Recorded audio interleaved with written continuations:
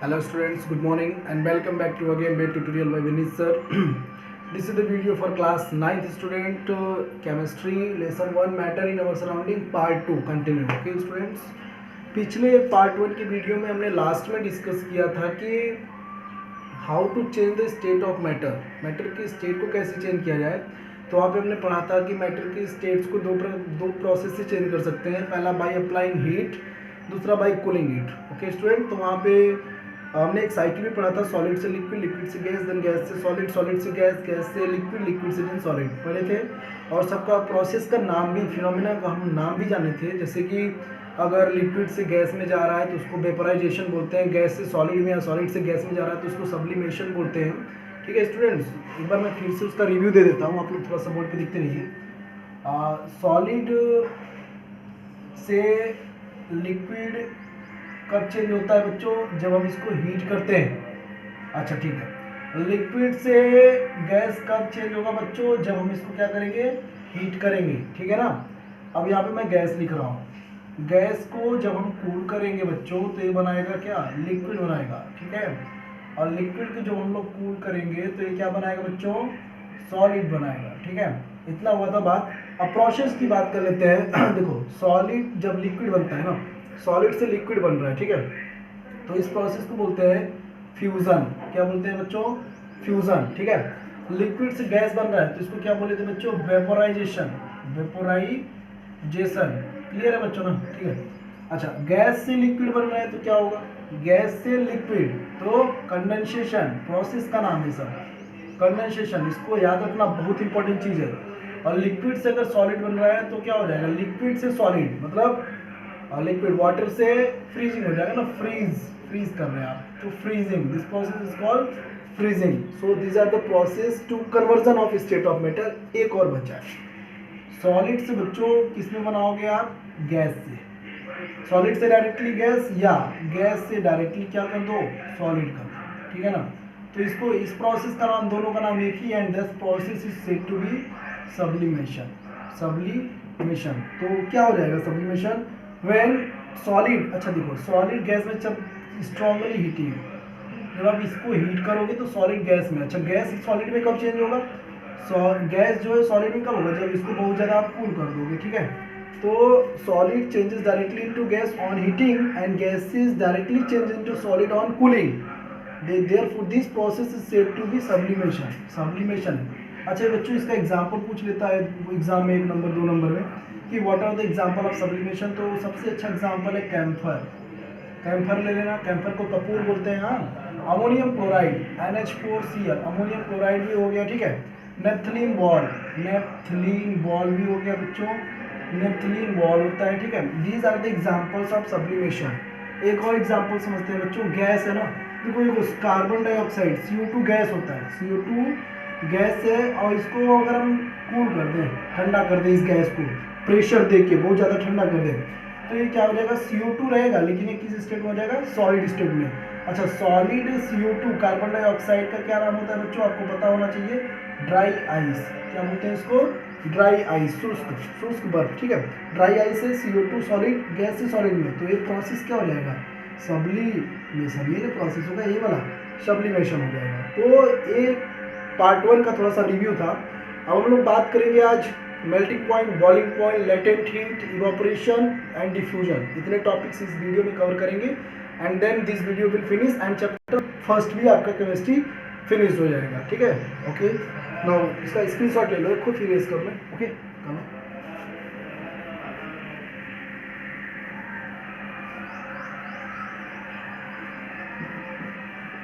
अब हम लोग बात करेंगे पहले थोड़ा सा बात कर लेते हैं लेटेंट हीट की बात कर लेते हैं, फिर उसका लेटेंट हीट के बाद हम लोग चलेंगे मेल्टिंग पॉइंट, बॉइलिंग पॉइंट, यही सब पढ़ेंगे। ठीक है। देखो, टॉपिक आपका है लेटेंट हीट। ठीक है ना।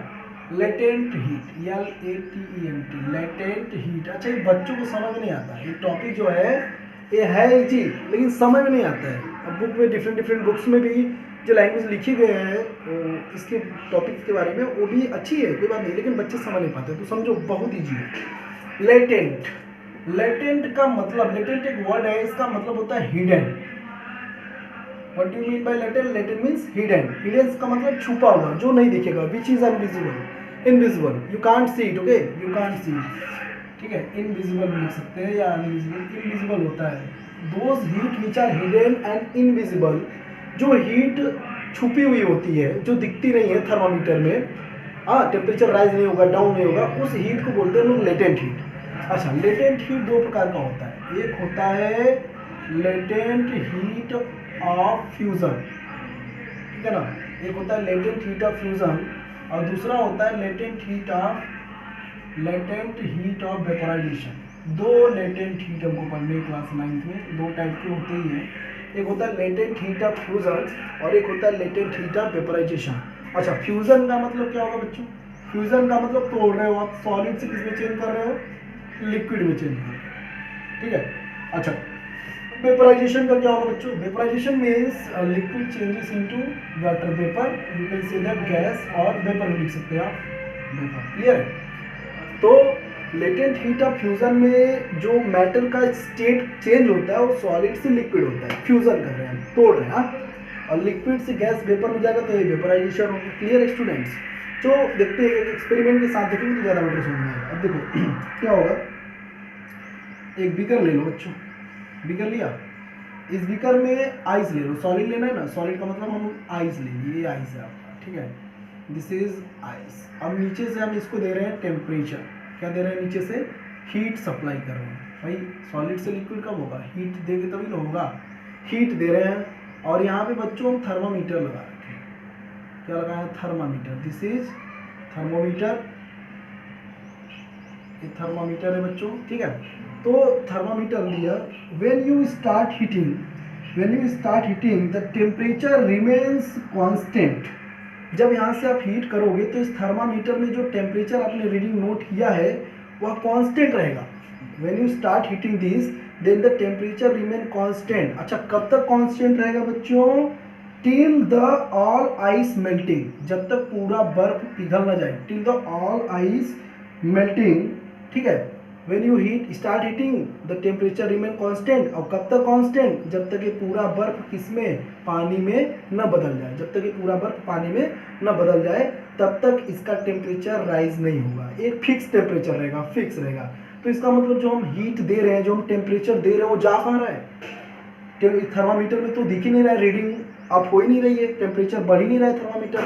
तो where will the temperature gone? Where is going temperature? कहाँ जा रहा है टेम्परेचर? तो वो जो टेम्परेचर है, all the heat you supply, जो आप हीट सप्लाई कर रहे हो, are used to decrease the force of attraction between the ice. Ice और आइस के बीच में फोर्स ऑफ अट्रैक्शन बहुत ज़्यादा होगा, एक सॉलिड एक दूसरे के पास में होंगे, ऐसा एकदम पास पास होंगे, तो इसके बीच का जो फोर्स ऑफ अट्रैक्शन है उसको घटाना है, ऐसा करना होगा। तो वो डिक्रीज करने, जो हीट आप दे रहे हो वो सॉलिड आइस के बीच का जो फोर्स ऑफ अट्रैक्शन है उसको कम करने में खर्च हो जा रहा है, ठीक है। To decrease the force of attraction between the ice particles, वो खत्म हो जा रहा है, इसलिए टेम्परेचर नहीं हो रहा है। तो इस प्रकार की हीट को, ये हीट आपको दिख नहीं रहा है ना, this type of heat is said to be what? Latent heat of fusion. Okay student, ये लेटेंट हीट ऑफ फ्यूजन है, क्लियर है। इसको बोलेंगे लेटेंट हीट ऑफ फ्यूजन। इस एक्सपेरिमेंट से आप समझ लो कि जो हीट हम दे रहे हैं और थर्मामीटर में इंक्रीज नहीं हो रहा है, दिख नहीं रहा है, हिडन है, तो इस हीट को बोलेंगे। अच्छा देखो, फ्यूजन क्यों बोल रहे हैं? क्योंकि सॉलिड से लिक्विड, आइस से वाटर में बनाना है, आइस से आपको वाटर बनाना है, तो फ्यूजन हो रहा है, प्रोसेस से फ्यूजन हो रहा है, और आप हीट दे रहे हो और हीट दिख नहीं रहा है, तो latent heat of fusion. Okay students, बहुत ईजी है, समझ में आ गया होगा। डेफिनेशन बुक में दिया है, डेफिनेशन आप लिख सकते हो अपने से। अच्छा, लेटेंट हीट ऑफ वेपोराइजेशन की अगर हम बात करेंगे तो लेटेंट हीट ऑफ वेपोराइजेशन में देखो क्या होगा बच्चों, सेम ले लें, बीकर ले लिया, ठीक है, बीकर लिया, और इस बीकर में हमने क्या लिया? इस बीकर में हमने ले लिया वाटर, क्या लिया बच्चों? वाटर लिया, क्योंकि देखो वेपोराइजेशन बात कर रहे हैं, वेपोराइजेशन का मतलब ये लिक्विड किस में चेंज होगा? गैस में, ठीक है, वाटर दिया, और इसमें भी आप क्या करोगे? हीट करोगे, हीट दिया बच्चों, ठीक है, हीट दिया, मान लो हीट दे रहे हैं इसको, हीट टेम्परेचर दे रहे हैं, हीट दे रहे हैं इसको। अच्छा बच्चों, जब इसको हीट दोगे तो ये वाटर बॉयल होगा, और boiling point of water is 100 degree Celsius. चलो ठीक है, अच्छी बात है, मान ली। ये थर्मामीटर लगा दो फिर से इसमें, ठीक है, थर्मामीटर लगा दो, ये थर्मोमीटर है आपका, थर्मोमीटर। अच्छा, water boiling point 100 degree Celsius होता है। तो देखो 100 डिग्री सेल्सियस मान लो हमने गर्म किया, 100 डिग्री सेल्सियस हमने क्या किया, इसको हीट दिया। जैसे ही 100 डिग्री सेल्सियस इसको हीट मिला, ये भाप निकलना, बॉयल होना क्या हो गया, स्टार्ट हो गया। अच्छा, क्या टेम्परेचर तो हम कंटिन्यू दे रहे हैं, क्या टेम्परेचर 110 होगा, 120 होगा, टेम्परेचर तो हम दे रहे हैं ना। तो टेम्परेचर जो हम कंटिन्यू 100 तो हो चुका है, 100 हो चुका है, अब हम टेम्परेचर हटा नहीं रहे, दे कंटिन्यूसली उसको हीट कर रहे हैं। तो 100 से क्या 110 120 होगा, नहीं होगा। क्यों नहीं होगा बच्चों, क्योंकि वो जो हम टेम्परेचर दे रहे हैं वो खर्च हो जा रहा है, वो हीट कहाँ है, हिडन है, खर्च हो जा रहा है। वाटर पार्टिकल की फोर्स ऑफ अट्रैक्शन को घटाने में, डिक्रीज करने में, उसको गैस में चेंज करने के लिए खर्च हो जा रहा है, और लेकिन आपको दिख नहीं रहा, 100 के ऊपर 110 120 नहीं जा रहा है। तो दिस टाइप ऑफ हीट, यहाँ पर जो हीट दे रहे हैं और टेम्परेचर में राइज हो ही नहीं रहा है, और यहाँ पे वेपराइजेशन हो रहा है, तो इस प्रकार की हीट को बोलेंगे latent heat of vaporisation. Clearly student, बहुत बेहतरीन चीज़ है सब। तो टेम्परेचर दिखे ना, हीट दे रहे हो आप, चेंज हो रहा है, लेकिन कोई दिख नहीं रहा है, हिडन है, ठीक है ना। तो ये 100 से ऊपर 110 नहीं जाएगा, क्योंकि वो हीट खर्च हो जा रही है। और यहाँ पर जो भी है 0 डिग्री सेल्सियस, तो उससे ऊपर नहीं जाएगा जब तक। अच्छा, टेम्परेचर यहाँ बढ़ेगा कब, जब पूरा पानी आपका क्या हो जाएगा, वेपर बन जाएगा, देन स्टार्ट टेम्परेचर बढ़ना शुरू हो जाएगा, क्योंकि अपना तो काम हो गया ना यार, ठीक है। ऐसे ही बच्चों यहाँ पर भी हो जाएगा। तो इस चीज़ को समझिए आप, अगर आपको न समझ में आए तो कमेंट बॉक्स में बताना, मैं फिर से वीडियो बना दूंगा। Latent heat, latent means hidden, hidden means जो छुपी हो, which can't be seen. Okay students, there are two types, latent heat of fusion and latent heat of vaporization. Is it clear? I have discussed you with the experiments. ये experiments है chemistry lab में आप जाके कर लोगे, thermometer लगा के समझ में आ जाएगा 100%. Okay, copy it in your copy. Thank you. अब now the next topic is, अब मैं दो डेफिनेशन बताऊंगा बच्चों, एक बताऊंगा मेल्टिंग पॉइंट और एक बताऊंगा बॉइलिंग पॉइंट, ठीक है। एक बताऊंगा मैं मेल्टिंग पॉइंट और एक बताऊंगा मैं boiling point. Clearly students, melting point और बॉइलिंग पॉइंट से पहले हम थोड़ा सा बात कर लेते हैं टेम्परेचर की। हम बार बार अभी यूज किए टेम्परेचर। टेम्परेचर क्या है, व्हाट इज टेम्परेचर, टेम्परेचर क्या होता है, कैसे इसको एक्सप्रेस करते हैं। तो बच्चों देखो, टेम्परेचर है ना, तो टेम्परेचर क्या बताता है, डेफिनेशन व्हाट इज। अच्छा, कोई आपसे पूछ लिया कि बच्चों बेटा बताओ आप कि what is temperature, define temperature, तो कोई अच्छा डेफिनेशन नहीं है, फिर भी मैं बना हूँ, उसको लिख लेना। Temperature tells us the degree of hotness और कोल्डनेस। ओके, क्या बताता है हमको, डिग्री ऑफ हॉटनेस और कोल्डनेस, डिग्री ऑफ हॉटनेस या कोल्डनेस, कोई भी चीज़ कितनी गर्म है कितनी ठंडी हो, टेम्परेचर बताएगा। This is the definition of temperature. Okay, जो हमें डिग्री ऑफ हॉटनेस और कोल्डनेस बताया उसे टेम्परेचर कहेंगे। अच्छा, टेम्परेचर की दो यूनिट होती है, एक होती है कॉमन यूनिट और एक होता है SI unit. Clearly, common unit जो होती है डिग्री सेल्सियस। याद रखना बच्चों, जो बार बार अभी यूज कर रहा था मैं, डिग्री सेल्सियस एक कॉमन यूनिट है। एसआई यूनिट होती है इसकी केल्विन। केल्विन को हम लोग के कहते हैं, डिग्री सेल्सियस को डिग्री बना दो और सी डिग्री सेल्सियस, केल्विन को के होता है, ठीक है। केल्विन को के से रिप्रेजेंट करते हैं, डिग्री सेल्सियस को यहाँ डिग्री लगा देते हैं और ये आपका Celsius, this is kelvin. Common unit SI unit, याद रखना। लोग कंफ्यूज होते बोलते हैं कि डिग्री सेल्सियस तो एसआई यूनिट है, ना नहीं है। क्या है एसआई यूनिट, क्या है केल्विन है, ठीक है ना। अच्छा, कन्वर्जन दे देता है 0 डिग्री सेल्सियस में कितना केल्विन, तो 273.15 केल्विन होता है बच्चों। लेकिन क्लास 9th में हम लोग सिर्फ इतना याद रखो, फालतू की चीज़ें नहीं, 273।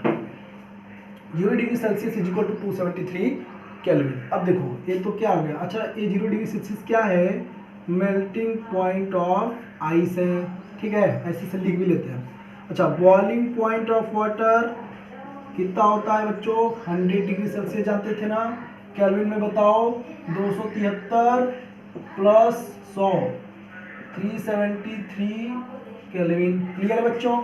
अच्छा, ये मेल्टिंग पॉइंट हो गया, बॉइलिंग पॉइंट। अच्छा, रूम टेम्परेचर कितना होता है, रूम टेम्परेचर जो होता है वो होता है 25 डिग्री सेल्सियस। तो बताओ केल्विन में कितना, 273 में कितना ऐड कर दो 25, तो कितना आ जाएगा 298 आएगा ना, 298 केल्विन आएगा, ठीक है। अच्छा, रूम टेम्परेचर हो गया, बॉडी टेम्परेचर बात कर लेते हैं। बॉडी का टेम्परेचर कितना होता है बच्चों? 37 डिग्री सेल्सियस। अच्छा 37 होता है, तो बताओ केल्विन में कितना? 273 में 37 ऐड कर देना, तो 7 3 3 10 हासिल लगाए 3 7 कितना आएगा सर? 7 में हासिल लगाए 3 7 3 10 11 हासिल लगाए 310 केल्विन आएगा ना, 310 केल्विन। तो बच्चों ये था temperature. Temperature degree of hotness coldness, it's common unit is degree Celsius, SI unit is Kelvin, and these are the expression: melting point of your ice, boiling point of water, room temperature, and this is body temperature 37 degree. ये 37 ये सब degree Celsius में है और ये SI unit kelvin में है सब कुछ, ठीक है। इसके शॉर्ट लो, बेहतरीन चीज़ दे रहा हूँ नोट्स, कोई नहीं देगा, लिख लो। हो गया, चलो अब हम बात करते हैं, हम लोग किसकी बात कर लेते हैं बच्चों? अगला टॉपिक है हम लोग का melting point and boiling point. Book में नहीं दिया है, लेकिन भाई केमिस्ट्री पढ़ रहे हो तो ये सब छोटी छोटी चीज़ें जानना बहुत ज़रूरी है, अत्यंत आवश्यक है, ठीक है बच्चों, अत्यंत आवश्यक। ओके, आइए बात करते हैं हम लोग मेल्टिंग पॉइंट। मेल्टिंग पॉइंट को यार आप लोग MP लिख लेना, MP। फिर इधर लिखता हूँ बॉइलिंग पॉइंट। शॉर्टकट में मैं जब भी यूज करूँगा BP यूज करूँगा, बॉइलिंग पॉइंट, ब्लड प्रेशर नहीं है, बॉइलिंग पॉइंट, ठीक है। Okay, MP and BP capital letter में भी लिख सकते हो, स्मॉल कोई नहीं, ठीक है। तो देखो यार मेल्टिंग पॉइंट और बॉइलिंग पॉइंट होता क्या है बच्चों? ध्यान देना, द टेम्परेचर एट विच, ये दोनों टेम्परेचर है, द टेम्परेचर एट विच, मैं मेल्टिंग पॉइंट बता रहा हूँ अभी। एक ऐसा temperature, the temperature at which a solid substance start melts, a solid starts melt, ठीक है। एक ऐसा टेम्परेचर जिस पे कोई सॉलिड मेल्ट करना, पिघलना शुरू कर दे, स्टार्ट मेल्ट। अच्छा कंडीशन क्या है? At atmospheric pressure, at atmospheric pressure. Atmospheric pressure क्या होता है बच्चों? The pressure exerted by the atmosphere, okay. तो एट एटमॉस्फेरिक प्रेशर वह टेम्परेचर किसी भी सॉलिड को मेल्ट करने में जो लगे, that temperature is said to be melting point, okay. Clearly student? For example melting point of ice is what? 0 degree Celsius और 273 kelvin, okay. The temperature at which solid starts melt eight atmospheric pressure. Atmospheric pressure आपका condition है, ठीक है, ये लिखना जरूरी exam में। अच्छा ठीक है, बॉइलिंग पॉइंट की बात करते हैं तो सेम डेफिनेशन है, बस वहाँ पे क्या हो जाएगा? It is the temperature at which, it is the temperature at विच, ये ऐसा टेम्परेचर होता है eight which what? A substance starts boiling. और सब्सटेंस, कोई भी सब्सटेंस चाहे सॉलिड हो, सब्सटेंस स्टार्ट बॉयल या बॉइलिंग, ठीक है। अच्छा कंडीशन इसमें कोई है at atmospheric pressure, at atmospheric pressure, ATM लिखते हैं shortcut, atmospheric pressure, okay. It is the temperature, boiling point is the temperature at which a substance starts boiling eight atmospheric pressure. अच्छा एक और डेफिनेशन मैं बता रहा हूँ जो आपको क्लास 12th में मिलेगा, वो डेफिनेशन कि व्हाट इज बॉइलिंग पॉइंट, याद रखिएगा। When the vapour pressure, when the BP का मतलब यहाँ पे वेपर प्रेशर, ठीक है ना। When the vapour pressure of substance, जिस सब्सटेंस का हमको बॉइलिंग पॉइंट निकालना है, when the vapour pressure of substance becomes equal to the इसके, when the vapor pressure of substance become equal to the atmospheric pressure, atmospheric pressure। अच्छा atmosphere जो pressure लगा रहा है और जो सब्सटेंस का वेपर प्रेशर है, ऊपर से जो वेपर प्रेशर आ रहा है, उस अगर दोनों इक्वल हो जाए तो फिर बॉइल करना शुरू कर देगा। तो एक भी डिफरेंशियल में the vapour pressure of substance become equal to the atmospheric pressure, then that substance starts boil करना शुरू कर देगी। तो ये भी हो गया। अच्छा ये कंडीशन यहाँ पे स्टार्ट्स बॉइलिंग, थोड़ा सोचो, मान लो कोई भी सब्सटेंस को हमने बॉइलिंग पॉइंट निकालना, जैसे कोई भी चीज़ कुक करना है, खाना बनाना है, ठीक है। तो बच्चों मान लो हम एट अ सर्टेन हाइट, हम हिल्स पे जाते हैं, ठीक है, एट अ सर्टेन हाइट, पहाड़ों पे जाते हैं और खाना वहाँ बना रहे हैं बहुत, एट अ सर्टेन हाइट। अच्छा, जैसे जैसे हम ऊपर जाएंगे, ध्यान देना, जैसे जैसे हम ऊपर जाते हैं up side, okay, at a certain height when I am going, then what happen, atmospheric pressure decreases, atmospheric pressure decreases because at a certain height the amount of air is low less, ठीक है। तो जैसे जैसे ऊपर जाएंगे बच्चों, height के ऊपर ऐसे ऊपर चले आएंगे, तो वहाँ पे क्या होगा कि एटमॉस्फेरिक प्रेशर लो हो जाएगा। एटमॉस्फेरिक प्रेशर जब लो होगा तो वहाँ पे एयर कम होगा।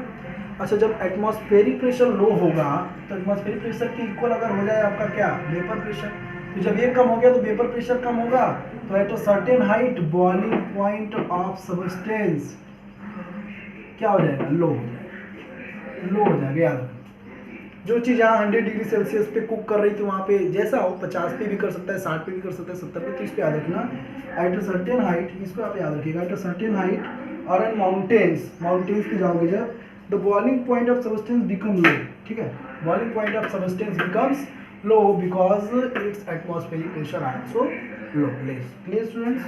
ओके, कॉपी करिए, मेल्टिंग पॉइंट और बॉइलिंग पॉइंट माँ इंपॉर्टेंट, चुटकी भी रख कर लोगे, ठीक है। कॉपी कर लिए। अब अगला टॉपिक आ रहा है इवोपरेशन। अगला टॉपिक है बच्चों इवोपरेशन, ठीक है। इवोपरेशन क्या होता है, कैसे होता है, उसको पढ़ लेते हैं थोड़ा सा। पार्ट 2 है और इसमें मैं वीडियो खत्म करूंगा, ये चैप्टर भी खत्म करूंगा इस वीडियो में, याद रखिएगा। इवोपरेशन पढ़ते हैं, हाँ, इवोपरेशन। अच्छा, लोग बड़ा, बच्चे जो होते हैं ना, जो भी क्लास में 9th में गए हैं, अभी भाई अभी गए 8th तक पढ़े थे, 9th में गए, तो उनको बड़ा कन्फ्यूजन हो जाता है कि यार इवापोरेशन और वेपराइजेशन में क्या अंतर है। बहुत अंतर है। तो इवापोरेशन और वेपराइजेशन में देखो क्या अंतर है। सुनो, पहले इवापोरेशन पढ़ लेते हैं, वेपराइजेशन तो अपन पढ़ चुके हैं ना, इवापोरेशन पढ़ते हैं ना। देखो, इवापोरेशन पहला पॉइंट लिख रहा हूँ, it is the surface phenomena. ये सरफेस फिनोमिना होता है, मतलब ये सरफेस पे होता है, ठीक है। It is the surface phenomena, और इसमें होता क्या है, इन विच लिक्विड, जो लिक्विड होगा, लिक्विड चेंजेस इनटू वेपर, इसमें चेंज होगा, changes into vapour, liquid changes into vapour, clear है। in which liquid changes into vapor at any temperature, this point should be noted, जो मैं लिखने जा रहा हूँ, at any temperature, और टेम्परेचर कितना होना चाहिए, बिलो इट्स बॉइलिंग पॉइंट। बच्चों इसको याद रखना, below it's boiling point, at any temperature below it's boiling point, याद रखना। ये नहीं कि बॉइलिंग पॉइंट दे दे, उससे ज़्यादा ही दे दे, तो फिर वो इवापोरेशन है, तो वेपोराइजेशन हो जाएगा। It is the surface phenomena, first thing in which liquid किसमें चेंज होता है, वेपर में, एट एनी टेम्परेचर, कोई भी टेम्परेचर, लेकिन temperature should be below then its boiling point, उस सब्सटेंस के बॉइलिंग पॉइंट से कम होना चाहिए टेम्परेचर, तभी आपका इवापोरेशन होगा, ठीक है ना।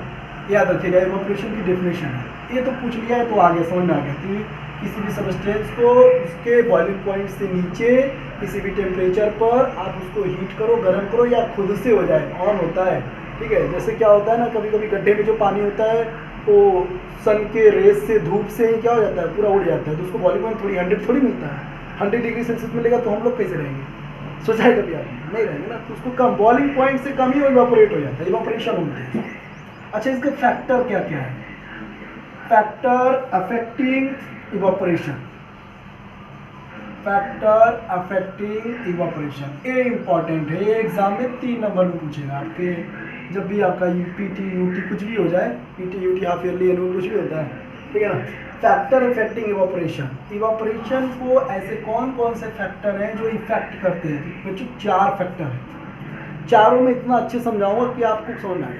देखो, पहला फैक्टर आपका जो है वो मैं लिख ले रहा हूँ, कुछ भी लिख लो, सरफेस एरिया लिख रहा हूँ, सरफेस एरिया मैं डिस्कस करता हूँ। दूसरा मैं बात कर लेता हूँ टेम्परेचर का, टेम्परेचर की बात कर ली। तीसरा मैं बात कर ले रहा हूँ ह्यूमिडिटी, आर्द्रता, नमी। और फोर्थ और आखिरी में बात कर रहा हूँ विंड स्पीड, विंड स्पीड, ठीक है, ये 4 फैक्टर है surface area, temperature, humidity, wind speed किसके हैं, इवापोरेशन के जो फैक्टर से इफेक्ट करते हैं उसको। अब देखो, अब क्या करो, एक कप ले लो, CuP कप ले लो, और क्या ले लो, एक को प्लेट ले लो, कप और प्लेट ले लिया, कप लेगा तो ऐसा ही रहेगा ना, ठीक है, एक कप है मान लिया ऐसा, और प्लेट ले लिया तो इतना बड़ा हो गया, ठीक है। अब इसमें भी क्या ले ले, वाटर ले ले बेटा, और इसमें भी क्या ले लिया, वाटर ले लिया, ठीक है। अब दोनों को धूप में रख दो, ले जाके बाहर सनराइज में रख दो। पहले किसमें से पूरा पानी वाटर वेपर बनेगा, बताओ, पहले किसमें से बनेगा, इसमें से इसमें बनेगा ना। तो सरफेस एरिया प्लेट का ज़्यादा है तो इसमें क्या, इसमें आपका इवापोरेशन का रेट ऑफ इवापोरेशन ज़्यादा होगा, क्यों, जब सरफेस एरिया ज़्यादा होगा। और इसमें कप में देखो सरफेस एरिया कम है तो रेट ऑफ इवापोरेशन भी कम होगा। तो you can say that when you increase the surface area then rate of evaporation increases, when the surface area decreases या कम रहेगा रेट ऑफ इवापोरेशन भी कम रहेगा बच्चों, ठीक है, इस पॉइंट याद रखिएगा। तो ये डायरेक्टली प्रोपोर्शनल होता है, अगर रेट ऑफ इवापोरेशन आपको बढ़ाना है तो सरफेस एरिया भी आपको बढ़ाना पड़ेगा। टेम्परेचर की बात करते हैं तो टेम्परेचर भी क्या होता है, डायरेक्टली प्रोपोर्शनल होता है। आप 25 डिग्री सेल्सियस ले लो और एक बार 50 डिग्री सेल्सियस ले लो, तो कौन से टेम्परेचर पे पानी ज़्यादा वाटर वेपर बनेगा, 50 वाले बनेगा ना। तो जैसे जैसे टेम्परेचर आप बढ़ाओगे रेट ऑफ इवापोरेशन भी इंक्रीज होगा। तो यहाँ लिखना, when we increase the temperature of a substance of a liquid then rate of evaporation also increases, clearly, okay?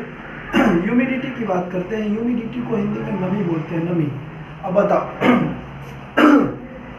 क्या होता है कि वाटर वेपर जो होते हैं वो तो एटमॉस्फेयर में होते ही हैं, लेकिन गर्मियों के महीने में, in the month of summer, May and June में क्या होता है कि हवा भी चलती रहती है, ठीक है, लेकिन वहाँ पे धूप बहुत ज़्यादा होता है।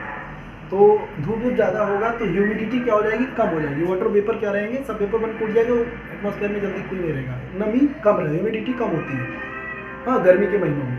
तो ह्यूमिडिटी कम होती है, नमी अगर कम है तो कपड़ा जल्दी सूखेगा कि नहीं, हाँ बच्चों तो जल्दी सूखेगा ना। तो गर्मी के महीने में कपड़ा जल्दी सूखता है, बरसात के महीने में कपड़ा जल्दी नहीं सूखता है, क्यों, क्योंकि नमी। तो नमी मतलब ह्यूमिडिटी अगर आपका ज़्यादा है, ह्यूमिडिटी अगर ज़्यादा है, मोर है, if humidity is more then rate of evaporation कम होगा। ह्यूमिडिटी ज़्यादा है तो इवापोरेशन कम होगा, पहले से वाटर वेपर है एयर में, एटमॉस्फेयर में, तो क्यों जाएंगे फिर, ठीक है ना, याद रखना। तो नमी बढ़ेगी तो इवापोरेशन घटेगा, नमी कम होगी तो इवापोरेशन बढ़ेगा। आइए विंड स्पीड की बात कर लेते हैं, ठीक है। पंखा चल रहा है रूम में और एक रूम में पंखा नहीं चल रहा है, दोनों में कपड़ा रखा हुआ है सूखने के लिए। तो पंखा चल रहा है, मौसम कांस्टेंट है, ज़्यादा गर्मी नहीं है ना ज़्यादा ठंडी है, नॉर्मल है, बरसात है। तो बताओ पहले कपड़ा कौन सा सूखेगा, जिसमें पंखा चल रहा है, ऑब्जेक्ट सी बात है, विंड स्पीड। तो ये भी डायरेक्टली प्रोपोर्शनल है, इंक्रीज द विंड स्पीड अगर ज़्यादा है तो इवापोरेशन भी क्या होगा बच्चों, ज़्यादा होगा, ठीक है ना। तो 3 ऐसे फैक्टर थे, सरफेस एरिया, टेम्परेचर और विंड स्पीड, जो डायरेक्टली प्रोपोर्शनल है इवापोरेशन पे। बस ह्यूमिडिटी क्या है, इन्वर्सली प्रोपोर्शनल है, एक करेगा तो दूसरा बढ़ेगा, तो पहला बढ़ रहा है, जैसे ह्यूमिडिटी बढ़ेगी तो इवापोरेशन घटेगा। बाकी सब में अगर हम सबको बढ़ा रहे हैं, ठीक है, सरफेस एरिया भी था, टेम्परेचर भी था, विंड स्पीड भी था, तो इवापोरेशन भी बढ़ रहा था। याद रखना, ये सब बहुत अच्छी चीज़ें हैं, राइट डाउन, स्क्रीनशॉट ले लो। फिर अगला लास्ट टॉपिक है आपका डिफ्यूजन। लास्ट टॉपिक डिफ्यूजन बच्चों, इरेज कर रहा हूँ। अब डिफ्यूजन पढ़ के चैप्टर को करते हैं फिनिश, क्लियर। डिफ्यूजन पढ़ लेते हैं फिर चैप्टर को करते हैं क्या, फिनिश। ओके स्टूडेंट्स, आज हम लोग का एक चैप्टर खत्म हो जाएगा। देखो 2 वीडियो में ना चैप्टर खत्म हो गया, आधे घंटे के 2 वीडियो में चैप्टर खत्म, ठीक है। आ जाओ, डिफ्यूजन भी अपने आप में महान है, बहुत महा इंपॉर्टेंट टॉपिक है डिफ्यूजन। डिफ्यूजन क्या होता है, डिफ्यूजन कोई पूछ लिया कि व्हाट इज डिफ्यूजन, देन क्या होगा। अच्छा, डिफ्यूजन है, diffusion and osmosis, the movement of particle, ऐसा कुछ है ना, from higher concentration to lower concentration, वो भी ठीक है, लेकिन हम लोग केमिस्ट्री में पढ़ रहे हैं तो केमिस्ट्री का डिफिनेशन जानेंगे। और देखो डिफ्यूजन का मेन मुद्दा क्या है, डिफ्यूजन जो हमें बताता है कि हमारे जो क्या बोलते हैं उसको, मैटर के जो पार्टिकल्स होते हैं वो कंटिन्यूसली मूव करते रहते हैं। इस कैरेक्टरिस्टिक को एक्सप्लेन कर देता है, प्रूव कर देता है कि the particles of matter continuously move.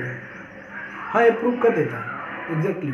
अब देखो particles of matter continuously move में कैरेक्टरिस्टिक्स पढ़ाया था, तो उसमें बताया था कि गैसेस के जो पार्टिकल्स होते हैं वो बहुत तेज़ी से मूव करते हैं because the force of attraction is very low, होता है ना, और इंटरमॉलिक्यूलर स्पेस ज़्यादा होता है, तो वही पढ़े हम। डिफ्यूजन देखो डेफिनेशन लिख लो, द स्प्रेडिंग आउट, देखो the spreading out and mixing of,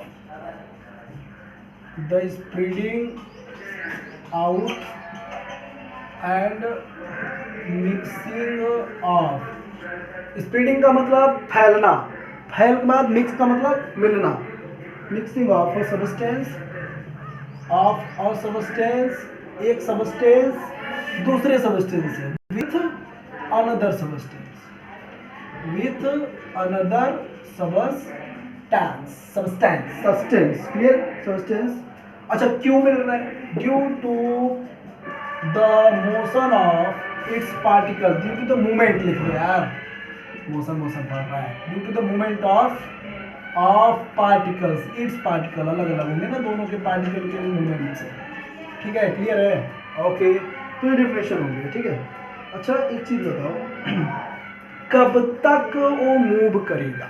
जैसे ऐसा समझो, हमने 2 जार ले लिया, एक जार ले लिया, सही से नहीं बन रहा है, ठीक है, और एक जार बन रहा है, ठीक है, और दोनों बंद थे, इसमें था एयर और इसमें था bromine gas, Br2 bromine gas था, ये ब्राउन कलर का होता है, ठीक है ना, ब्राउन कलर का होता है। अब दोनों के एक का एंड और एक का स्टार्टिंग मैंने खोल दिया, दोनों को क्या किया, ज्वाइन कर दिया एक दूसरे से, तो इसमें भी गैसेस के पार्टिकल, इसमें भी एयर है, गैसेस के पार्टिकल है, तो दोनों आपस में क्या मूवमेंट करने लगेंगे, ऐसे पार्टिकल मिल जाएंगे, स्प्रेडिंग भी होगा, मिक्सिंग भी होगा। अच्छा कब तक ये मिक्सिंग होता रहेगा? जब तक दोनों जार में, जार 1 और जार 2, जब तक दोनों जार में क्या पार्टिकल्स की नंबर्स, ब्रोमीन का एयर का, जब तक दोनों जार में एक यूनिफॉर्म मिक्सचर न बन जाए। एक यूनिफॉर्म मिक्सचर का मतलब बराबर बराबर, ठीक है ना, तो जब तक यूनिफॉर्म मिक्सचर न बन जाए दोनों जार में, तब तक ये पार्टिकल मूवमेंट करते रहेंगे, तब तक डिफ्यूजन होता रहेगा, ठीक है। तो यूनिफॉर्म मिक्सचर बनेगा तभी जाके डिफ्यूजन प्रोसेस रुकेगा, ये बता रहा हूँ, बुक में नहीं है सब, ठीक है ना, ओके स्टूडेंट्स। तो ये डेफिनेशन लिख लो फिलहाल, फिर आगे हम लोग चलते हैं। अच्छा डिफ्यूजन जो होता है, rate of diffusion, rate of diffusion, rate का मतलब समझते हो speed, rate of diffusion is fastest, सबसे फास्ट होता है, फास्टेस्ट इन गैसेस, गैसेस में होता है, एंड स्लोवेस्ट इन सॉलिड में स्लो, ठीक है। अब मैं अलग अलग ले रहा हूँ, गैस ले लो, लिक्विड ले लो, सॉलिड ले लो, और सबका एक एग्जाम्पल देख लेते हैं, फिर करते हैं चैप्टर को फिनिश, ओके स्टूडेंट्स। गैसेस में ले 3 एग्जाम्पल, 2 एग्जाम्पल, जितना दिमाग में रहेगा सब बता देंगे। पहला है बच्चों गैसेस का एग्जाम्पल, पहला है कि आप कह सकते हो smell of perfume, smell of perfume. अब क्या हुआ, कमरे में गए भैया, नहा धो के आए, मस्त परफ्यूम मारे, तो परफ्यूम मारे तो यहाँ का स्मेल उस रूम में गया, पापा चिल्ला रहे क्यों मारा, बहुत बड़ा क्या हो गया, परफ्यूम मारा। तो ये जो स्मेल है यहाँ से वहाँ गया due to the diffusion, air के पार्टिकल थे, परफ्यूम के पार्टिकल्स आए, दोनों में डिफ्यूजन हुआ, जब तक यूनिफॉर्म मिक्सचर न बनता तब तक डिफ्यूजन होता रहा, पापा उसका स्मेल ले लिए और डांटने, ठीक है। तो ये हो गया। दूसरा हो गया पूजा करके आए, अगरबत्ती जानते हो, इंसेक स्टिक्स, तो उसका the smell of burning incense stick, यहाँ पे पूजा कर रहे हैं, अगले वाले रूम में अरे हाँ पूजा कर रहे हैं, नहाया धोया है, तो ये भी हो गया ड्यू टू डिफ्यूजन। तीसरा घर में मस्त राजमा चावल बन रहा है बढ़िया, ठाकुर भोग चावल है बढ़िया, तो उसका स्मेल गया तो पापा खुश, अरे वाह बहुत अच्छा खाना बना है।